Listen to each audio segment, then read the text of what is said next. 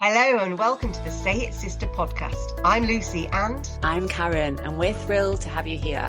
Our paths crossed years ago on a shared journey of self-discovery, and what we found was an unshakable bond and a mutual desire to help others heal and live their very best lives. For years we've had open, honest and courageous conversations, discussions that challenged us, lifted us and sometimes even brought us to tears. Now we want to share those conversations with you. We believe that by letting you into our world, you might find the courage to use your voice and say what really needs to be said in your own life. Whether you're a woman seeking empowerment, a self-improvement enthusiast, or someone who craves thought-provoking dialogue, join us as we promise to bring you real, unfiltered conversations that encourage self-reflection and growth. So join us as we explore, question and grow together. It's time to say it, sister. Welcome back for another amazing conversation about how the darkest moments can be powerful turning points in our lives. Today, we meet an amazing woman called Sonja Leason, a woman whose life could have taken a very different direction. Having lost her father as a young child to an unhappy step family experience, Sonja found herself homeless and pregnant at 17, and then spent the next 13 years in survival mode. Survival for herself, from toxic and abusive relationships, male violence and harassment, from her own ill health, and then a pivotal moment when something shifted inside her. No more surviving. She's now the owner of multiple businesses, an author, and inspires other business owners to grow both professionally and personally. Oh, wow. I am inspired already. Lucy, how are you? Oh, I'm just buzzing because I get two of my best friends to chat to on this wonderful morning. So, I'm really good. And I think I first met Sonja in around 2014, and it was around the same time I met you, actually, Karen. So I was like meeting all these amazing people. We were all in startup phase, and we just met on the networking scene. And to be honest, there's quite a few of us that still meet up and keep in contact. One of them, unfortunately, is no longer with us, and we gathered together to remember him.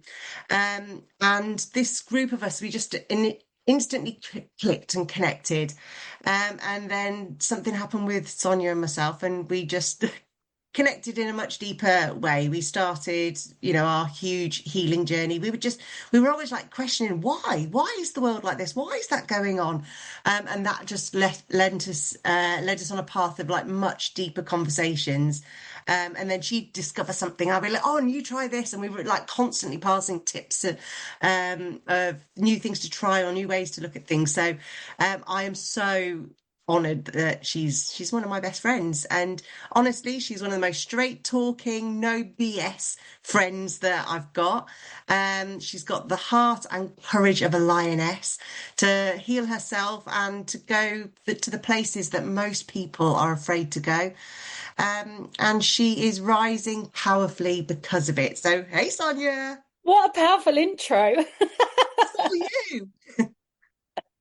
Thank you. It's amazing to be here with you lovely ladies. And I just think it is so important, the work that you're doing for women.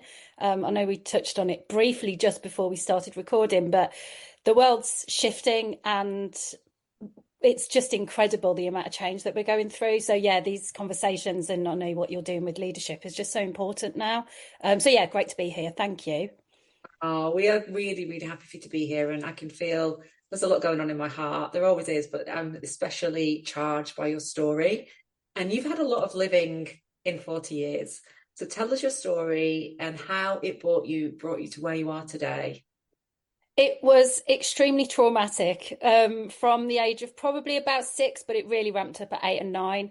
And then it led me to be homeless by 16. I actually ran away. So when I ran away with a rucksack, £150, which I'd saved up when I was earning £3.50 an hour around college. I left college, just walked out of college, got a rucksack with some clean underwear, a CD player with Craig David Born to Do It album, and jumped the train.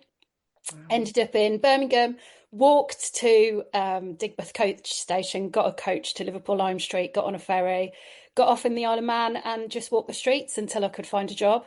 So I managed to get a job in a hotel washing pots, and they had accommodation and there was somebody that I knew there that I stayed with. There's always been earth angels through my life. And one of my clients always says you join the dots backwards, and this is the perfect story for that. There was a lady that I went and stayed with my £150, and I think she could just see that things were not right. And I said, I'm going to have to leave, I've run out of money.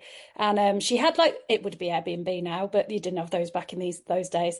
It was like a little granny annex at the back, and it was just a bedroom, a kitchenette, and a bathroom. It was tiny at the end of her garden. And she said, you can stay here for £1 a night.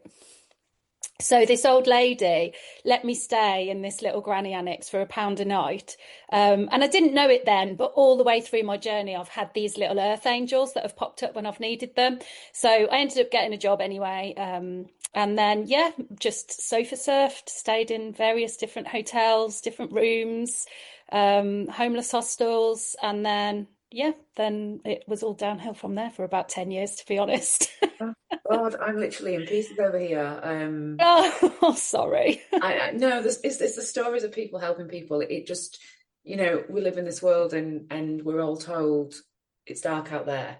And then these people arrive in our lives and we have experienced so much. And then it shows you that are other ways. So these are the stories that always get to me, because it's like, we have to have faith. No matter what happens to us, there is good out there. Otherwise, it's just too depressing. Yeah. So thank you for bringing me into this space again, because it's really important. Yeah, and it's been hell on earth, and there's a lot of things that I don't share, and I'm sure anybody can understand when you live that life in homeless hostels and council flats. Had my flat burnt down, just because somebody didn't want to pay. The council was evicting them, so rather than be evicted, they just decided to burn everybody's flat down on the top floor. So I was back in the homeless hostel, and that's the way it was for years. I had my baby as well. My son's 23 now. And it annoyed. So one of the things that has come out of this for me is when I see people on social media saying these people are on benefits, they have these huge TVs. I can tell you now that is not the case. I know the media like to portray that people are out here with their sky glass televisions, and I'm not saying that doesn't happen, but what I am saying is that is a minority, because the majority of people were like me. I wanted to work. I was really academic. I found school very easy. I picked things up very easily. I had GCSEs behind me. But because of the life circumstances, I couldn't get a job. The only jobs that would have me were bar staff, working in packing factories. So that's all I did for years, because those were the only jobs that would have me. You've got no address. How do you get a bank account? I mean, I was lucky, I suppose, in a way that my childhood had been relatively normal, to the point where I did, my mom had set me up a bank account and I had those basic things. But for people in that situation that don't have that early link to some kind of normality or matrix world, it's very, very difficult for them. So after that, I went off the rails for 10 years. So I started drinking when I was 11, and I mean seriously drinking. I was drinking vodka. So started drinking at 11, and it was just downhill. So then when my son was 12, I was about 29, 30.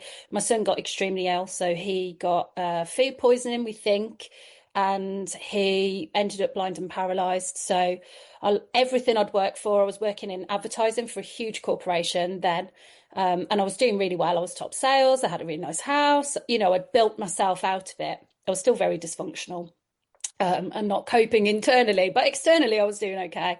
And lost everything again. Lost my job, lost my house, nearly lost my son. Anyway, that was the turning point for me. I just thought, this system, or these systems, are not working. The medical system completely failed us. The corporate system completely failed me. The addiction road that I was going down was failing me. And I had to turn everything around. So I took my son out of hospital. He had a driver for 5 days of steroids, and call it intuition, but I just thought, I can't do this. His body's in overdrive already. He really does not need industrially manufactured chemicals pumped into his system as well. So I just said, enough, scan him, scan everything. I want to know what I'm dealing with. And thankfully, nothing came back. So he didn't have anything internally that was causing him. He had lumbar punctures and MRI scans because he was blind at the time. And they said, no adhesions on the brain, nothing that we can see. And I was like, right, it's over to me. So I took him home, and then 6 months of rehabilitation. There was probably 4 nights I slept on his bedroom floor thinking he wasn't going to make it. I didn't think he would see the next morning. Like, that's how bad it was. And I was taking him back to hospital, but they didn't know what was wrong with him, so they were just sending him home again.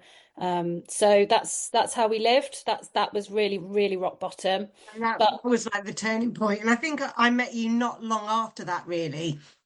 And because obviously you had to make a change in your life, everything just flipped to, like I said, that click went off in your brain and thought that we need to do something different. And even though your spirit was, so bright and your drive and determination was there, you were also scared to use your voice. I remember your skin was, you had like adult acne. You were like having these migraines that would just lock you away for 12 weeks on end. days. Yeah, yeah, and it was horrific. And you shared that you'd also been agoraphobic at one point as well.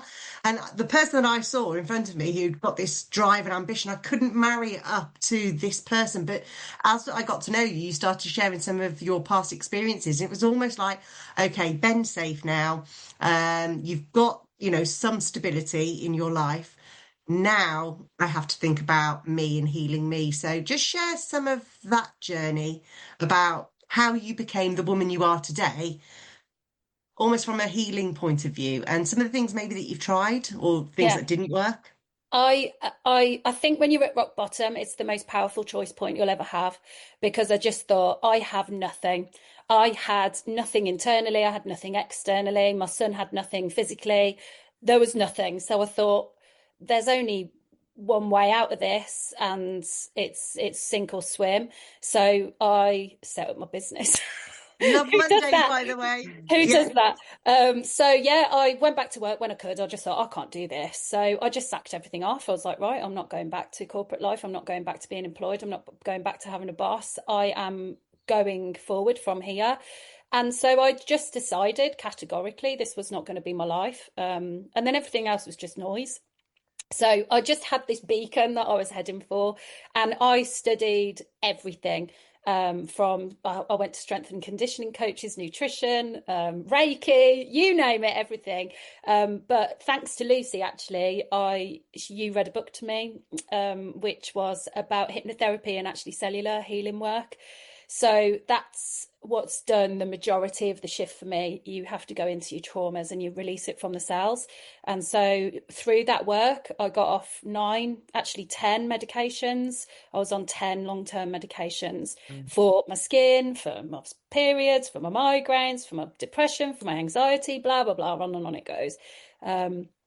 So I just tried everything and anything and everything. Somebody said to me, oh, this has worked for me. I was like, great. I just became my biggest experiment.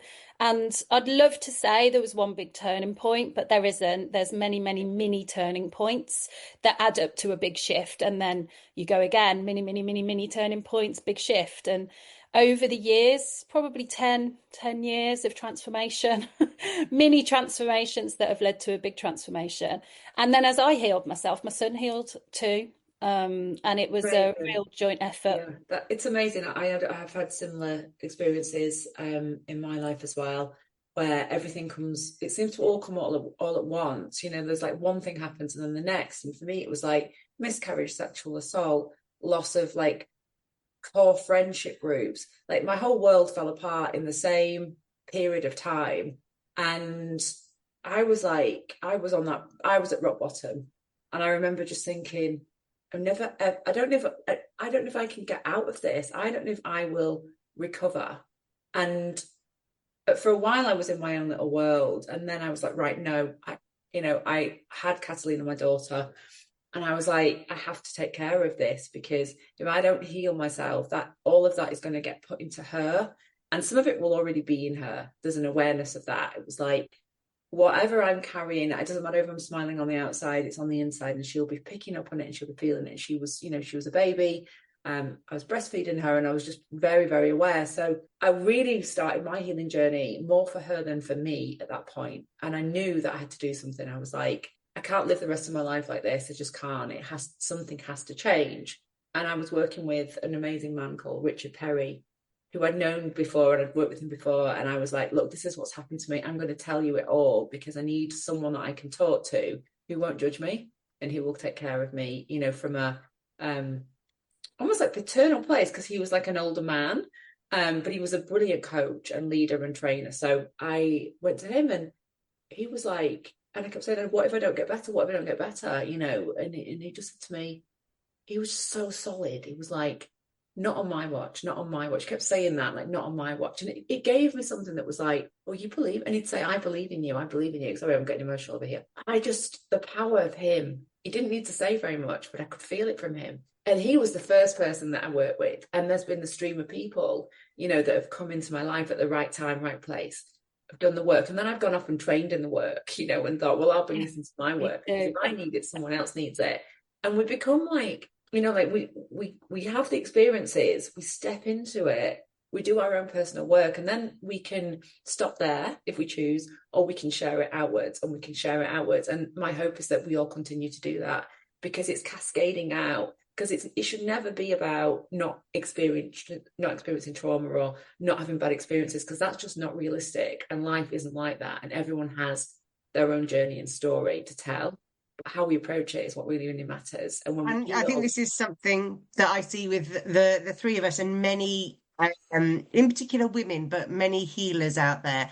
We go through these experiences, and you do have that choice of whether to stay stuck or whether you're at rock bottom and you're like, I've got to crawl my way out of this, however it's done.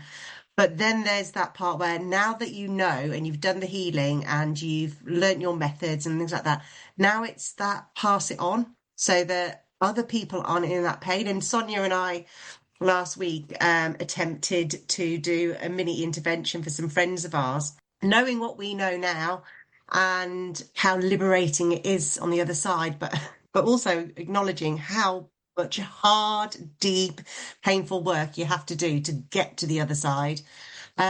We tried, and they're not there yet. They don't want to, and it's heartbreaking to walk away from people. Our hearts are still there, our love is still there for them, but you've got to make that choice. You know, the staying where you are stuck is scarier than actually doing the work. And I think when you get to that point, it's non-negotiable. You have to go there. And that's something that Sonja and I talk about a lot. It's like, it is a choice. Everything is a choice. So you use a lot of paying it forward almost in your work that you do now, because you're not just doing, you know, scale and business growth. You're doing it from a real human perspective. Tell us a little bit how your trauma now informs the work you do today. Yeah, and going back to what you were saying, Karen, I think when you get to a point where you've healed yourself enough that you can start thinking about other people, that is when I knew anyway that I had some freedom and I had some space from everything that had happened to me. Because when you're in survival and you're in deep healing, so your guy that you were just speaking about, I had Jan, and Jan sat with me for hours upon hours upon hours upon hours for years and years and years and years, where she took me through all of these cellular memories that, you know, I've had to uncover, suppressed memories that I didn't know that were there. And if it hadn't have been for her, I don't know where I would be, really. So when you meet these people and then it's all about you, you can't get outside of your own pain. You can't get outside of your own healing enough to think about anybody else going through the pain. And then at some point you get to a point where it's not as painful, it's not as raw. And that's when you can start talking about it a bit more and you can start helping others. And I think that's a really empowering and important place to get to. But going back to what you were saying, Lucy, it was interesting because we spoke about this, and I think it was really eye-opening for me to see people that are completely unaware of the choice point. And I lived there for 10 years, right? I didn't know what was available. I didn't even know to look that something was available. I was just caught in that life happens to me. I've got no say. You know, I was just on that train. And I think the biggest message is you have got a choice. These things are out there. You have to become your own biggest researcher. You have to become your own biggest experiment. And you have to find these people that you can trust, because that's where you start shifting. But in terms of work, so I do business growth through tech, but what we do first of all is I strip everything away. I'm like, right, what happened to you when you were younger? Why did you choose this business? What is your message? What are you doing differently? And just as an example, I spoke to somebody last week who I'm hopefully going to be working with, and she was saying to me that they work in energy battery storage, and it might sound really technical, quite boring, but actually for her the message was decentralization. She wants people to have control, businesses to have control of their own energy, decentralized, better price points, less downtime, blah blah blah. So the messaging for her was actually decentralization, away from this control, or this monopoly. And I was like, how powerful is that? Why is that not in any of your messaging? So, and you know, where does that come from? You can go on and on and on about whatever she went through when she was younger and all of that. So it's so important when we're business owners to really connect to our story, because I believe it's all content. The reason why we've been through this is not so that we can just close the door and never mention it again. You're supposed to keep the door open. You're supposed to then turn it into something, because otherwise, what's the point, right? And I went through that for years. I could not touch that place. It was so painful. It was so hard. Whereas now, because I've got my own space from it and I've healed enough from it, I can use it to empower people. I can use it to understand people on a really deep level. I can use it to realign business owners into their businesses. And a lot of people have lost their mojo. And it really, when you start connecting to this stuff, it really helps you get your mojo back, I think, because your purpose comes back. What I was saying and thinking about was around the message of hope, because I feel like this is the common thread that's coming through your story, Sonja, because, you know, and my story and Lucy's story, you know, like when we have hope, we can heal, and then a bridge will arrive and we can step onto it and people join us. Without hope, when we're in that I have no choice, life is happening to me, we're caught up in the trauma and the deep dark pain, which we do have to feel. We have to feel that stuff. Like if we don't feel it, then we can't heal from it either. So we do have to go into that tunnel. Yet we know that there's a light at the end of it, and something is guiding us, and we have that bridge of hope to stand on, because that's when it's dark. It's full darkness when we have no hope. So that's when I'm picking up on. And you know, for the women out there who have no hope right now, what do you want to say to them? Firstly, I was running away for years. I was running and running and running, and I would do anything possible to run away from that, which meant going into any dark place, healing any single trauma, because I was like, I cannot live in this place. So it was like, whatever I've got to do to get away from it. There was no hope. I wasn't looking forward. I was like, I can't. I've got to get away from this, just heal myself out of it. And it's only really been recently that I've started thinking, actually, what am I capable of? What am I capable of? Because if I can do that, I can do anything. So then you start looking forward. And it was probably about an 18-month process to change from this fear-led healing to this, like, actually, hang on a minute. How about if I can talk to people about this stuff? How about if I can do public speaking? How about if I can? All of this stuff started coming in. And I think the hope thing has always been a big... it wavers, right? It comes and it goes. Sometimes you think, I'm never going to get through this. But you get up and you try again. And it might take you a week to get up. It might take you a month to get up, but you will. And you've just got to keep going no matter what, because the light at this end is a lot better than the darkness down here. And I just don't want to live like that. I could not live like that. One thing that I'm really aware of in the healing journey is sometimes you do go right deep into the dark, but for most people, I think it's just moments of, like we say, just small moments. And then you only go as deep or as dark as you are ready for as well. So a lot of people are scared about going to see a therapist or going to see a coach or going to do any kind of hypnosis, and they're scared about what might I see. But actually the body is really good at protecting you, and you only go as far as you're ready to right now. And then one of the things that I'm really aware of is that when you're now ready to go and look at it again, some new information will come. And it might take a week, it might take 6 months. In my case, I've had a revelation recently that took me probably another 15 years to like, oh, that joined the dots. And so one of my things is always don't be afraid, because your body will protect you, your mind will protect you. You will only go as far as you want. And I joined some of those life purposey kind of dots because 12, 13 years ago, when Karen and I were on the coach training, we had to do this life purpose kind of activity. And out of it, I got my tagline, which I don't normally share publicly. It's just for me, but it is Lucy means the bringer of light. And it's I am the light that holds you in your magnificence and radiance. And I just knew that that felt right. It just landed with me, and it was awesome. Anyway, about 2 months ago, I went to a women's circle, and it was about the good girl. And you had to write a letter to your child with all the things you remember. And for me, it was like everything was don't do this, don't do that, don't do the other. And it just made me realise the reason why I am here is to shine those lights, build people up, let them see their remarkable amazingness, because I think I needed to break my own cycle of don't, and instead it's like do, be. And again, probably in another 10 years, I'll get another revelation because I'm searching, I want to go there, but it wouldn't have made sense to me all those years ago. So can you just share some of those things that maybe you kind of, and this is for both of you really, you knew logically, but it was years later that you really felt it or you really understood it? Oh God, you still have them now, don't you? You know, when you start, and I think once you start on this path, it's almost like you can't get off it, because even sometimes I'm like, I'm exhausted, just leave me alone. And then you just go ding, ding, or someone will speak to you about something, and it'll just on and on it goes. But it was a really great point that you made. So the really, really traumatic stuff, I didn't actually remember until 2018. So I was kind of 8, 9 years into this journey. And I think if I'd have remembered that when I was on the first go round, there'd have been no chance. But Yeah. because I was a few years down the line and I had internal skills, I had skills where I could move through things and process emotions and release things cellularly. And I've got a spiritual connection. All of these things added up to the point where I was ready to deal with the tougher stuff.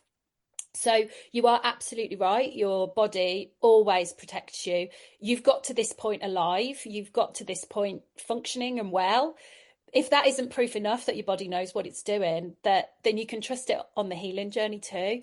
And yeah, I still have things now where I think, one of the things for me is conflict. I'm not good in conflict, and I'm not good with my communication in conflict, so I avoid it at all costs. And that's something recently where I've thought, oh my God, I can completely see now. I can completely see my patterns in this and why that's there. Whereas before, I was so busy with healing, I couldn't have faced any kind of conflict because I had no internal strength to be able to say, okay, let's bring some more stress in, because I didn't have enough space to deal with the stress. Whereas now I'm feeling stronger, I'm feeling more grounded, I'm feeling. So actually, I can think about having this in a healthy way now. I can think about my approach to it and how so all of it's a lifelong journey, right? Everybody says it's not a 5-minute thing. You're on this kind of path for life. And also, it just ties in beautifully for the work that Karen and I are doing, because it sounds like wisdom. And you only get through that through going through these life experiences, looking and piecing things together and making sense of it. Yeah. Has there been a moment for you, Karen, where you've like joined all the dots? But the thing with it as well is what I want to say to you, Sonja, is that I'm hearing, we have strategies on how we cope with certain things. And it sounds like to me, yours was to run because you ran away. So you did that. And so that can become, and that was no doubt the perfect thing that you needed to do actually at that moment in time. But I think what can happen to us, it's like we learn these strategies. It's like, well, I'll do that and I'll do that. And we just keep doing the same thing. So we run away from conflict and we run away, or it might be that we fall asleep. Like I'm a bit of a fall asleeper. Like I will literally like zone out and I'm not even in the room. I'll disassociate from my body. I'm not here. This is a really dangerous place for me. So for me, it's like, and sometimes I'll run as well. I'm not a fighter necessarily, but as I've got older and as I've kind of developed my wisdom and my approach and my depth, I've got this depth to me now. I'll actually fight. But I would have done everything to avoid that because that was really just is not inside me. But now I can and I will. And that's given me a lot of power, because I just think, hold on a minute. No, I'm going to stand my ground. And I'm not out there to go out and have fights on the street or anything like that. You'll stand your ground. But I stand my ground. And I was in a situation on the tube when I went down to London recently, and a guy blocked the door, and my husband was in the next carriage, but we could see each other through the windows. And then we got stuck on the platform, and he was huge, this guy. Like, I think he might have been Dutch. He had a rucksack on his back, and he blocked the doors. And I said, "I'm going to get out to go round." And he went, "Okay." And then he continued to block the doors. And I said, and I was like this, "I'm getting out, move." And he was still doing, and he was saying, "Yes, I will," but he wasn't moving. And I was like, which is also very confusing. Someone says something but does the opposite, and that happens in life, doesn't it? It basically went, I mean, the words that came out of my mouth are not words that I would normally use, but I called him an effing cunt. Oh, Yes, And it came out of me, and he moved. And I got off and I got on, and Rich was like, "Are you okay?" And I was like, "No, I'm not okay." But I needed to do that. And it was like, and I said to him, "Sorry, the rage, when it comes out of me these days, it really comes out. That is a life stage thing. It's my perimenopause. It's well speaking." And I'm glad I did it. I have no guilt or shame for that one, because what he was doing was wrong. And I needed to get in there with my husband, basically. I wasn't going to stay in this thing with him. So we have many different approaches and strategies. And I think when we know where our default is, we can use that sometimes, but we need to know that we have other ways of and this is why I'm loving this stage of the perimenopause, because like I'm 6-7 years into it now, and this is what I'm loving is, whether it's the rage or the intolerance or whatever it is, my healing journey, I've got to the stage now where I will try new tactics, sometimes thoughtfully, wisely, sometimes I've just got to get it out of me. And actually, it's worked. So now it's like, oh, there's another skill I've learned. And I think this is why people say it's liberating in your 50s, because you've now got all these new skills that you would never have tried if it wasn't for perimenopause or the healing journeys or the life experience. And then hopefully we get another 20, 30, 40 years to play out with these whole new skills. So we want more swearing, Karen. We like that. It's so important, isn't it, to have this awareness, because we've got fight, flight, or freeze for a reason. Those three things are very valid. But when you start fighting when you don't need to, or when you start running away when you don't need to, it's just misaligned. None of them are wrong. None of that. We are blessed with every emotion as a powerful messenger to tell us how we're responding to the outside world, whether we want to be here or not, our intuition, all the other things, whether this person's good for us or not. All of on and on it goes. So actually, it's becoming more self-aware and not triggered, because you're right, Karen. I think you default back to what's worked as a child generally. And actually, do I need to be in positions now where I run away? No, I've got a home, I've got money in the bank, I've got clients, everything's so say quiet, and got a quiet life. I've built a very quiet and respectful life. I've got great clients. So do I need to be running? Do I need to be fighting? No, but are there times where that would be appropriate? Yes. So I think it's about healing yourself to a point where you have the awareness to be able to say, right, I feel like I'm running. Do I need to? Or I feel like fighting. Do I need to? Yes, I do need to, actually. So it's not a choice, but it's more directed in the right places rather than misdirected.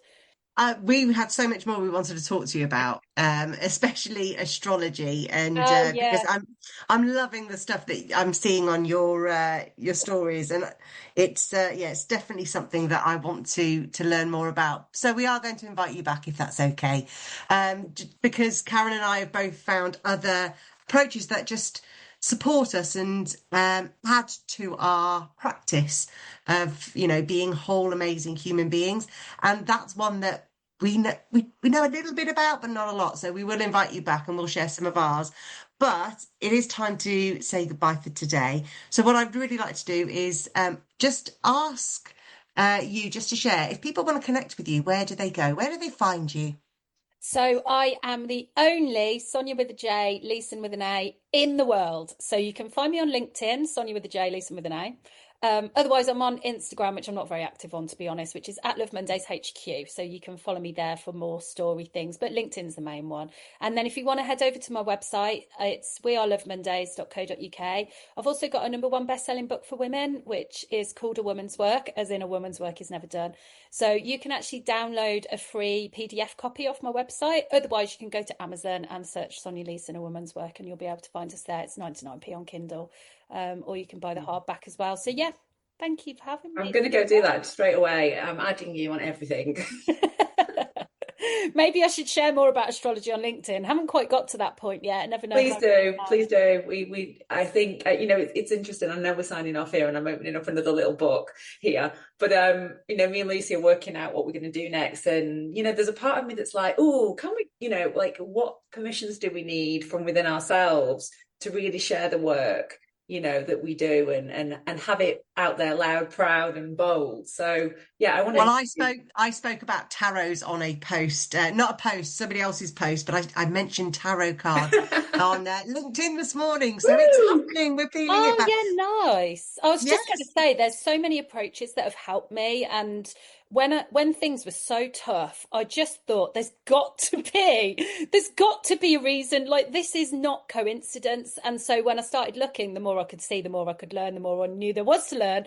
And so probably if we come back, it might be interesting to do your life's purpose, but also your career, because those two things are in your charts. Yeah. And it really can help people overcome these blocks and think, oh no, actually I am on track. But I probably should share this stuff on social media, because it is how I've got to this point. And it might help more people, but it's a big step out for LinkedIn. It's very great. Well, it's all that woo. But anyway, we are having you back. This is your life purpose, to be back on Say It Sister. Yeah. So we will sign off now, but thank you. Can't wait to see you again. Thank you. So thanks for listening, and we can't wait to welcome you next time. Until then, use your voice, journal, speak or sing out loud. However you do it, we hope you join us in Saying It Sister.